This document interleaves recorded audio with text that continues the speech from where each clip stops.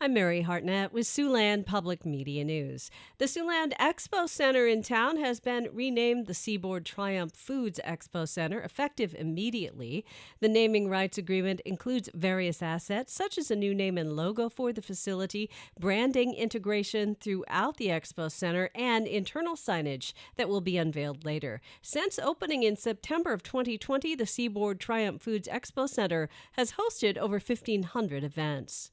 Drought is lessening in some parts of Iowa, but it's getting worse in others. The new map detailing how drought is impacting Iowa shows slight changes from last week, with moderate drought levels rising while severe and extreme drought levels stayed the same.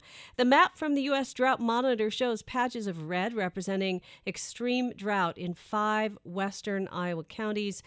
Those are basically here in Siouxland: Cherokee, Monona, Plymouth, Sioux, and Woodbury. Statewide, 66 counties are now in some form of drought. That's down from 67 last week. State officials say the initial data about summer tourism in Iowa indicates the number of travelers is down just slightly from last year, but visitors are coming from a greater distance. That's according to Travel Iowa.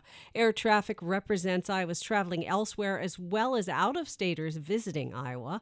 Passenger traffic at the airport in Des Moines is up 60%, and passenger numbers at the Eastern Iowa Airport in Cedar Rapids is up 50% from last year. The only surrounding state with a higher tourism recovery rate from 2019, the year before the pandemic, is South Dakota.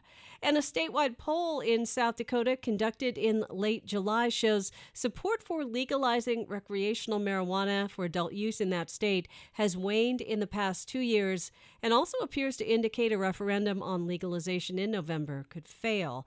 A poll of 500 registered voters in July found 43.8% of respondents support legalization of recreational marijuana, and more than 54% oppose it. On November 8th of this year, South Dakota voters will go to the polls to vote on Initiated Measure 27. It would legalize recreational marijuana for adults. The ballot will also feature election of a governor, U.S. senator, and U.S. representative and other state and local officers. That's Siouxland Public Media News. I'm Mary Hartnett.